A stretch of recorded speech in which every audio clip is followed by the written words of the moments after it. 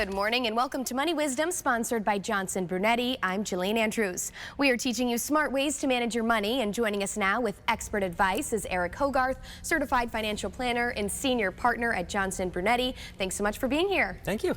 All right, today's topic is planning for long-term care costs in retirement. Let's jump right in with these figures. 70% of Americans 65 and older are expected to need some type of long-term care. What does this mean when it comes to planning for retirement?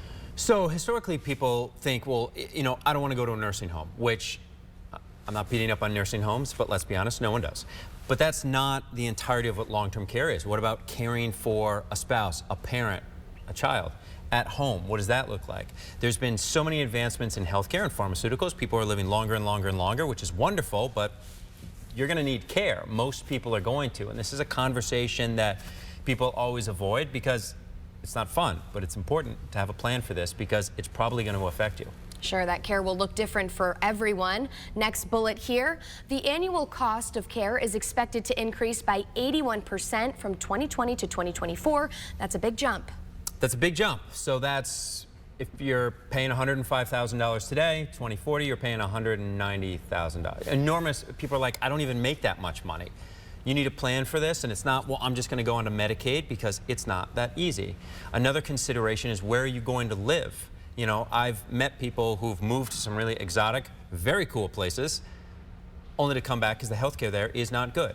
So that's another consideration when thinking about where you're going to retire, when you're going to retire, and how are you going to afford this. Sure, and you say people need to discuss their options.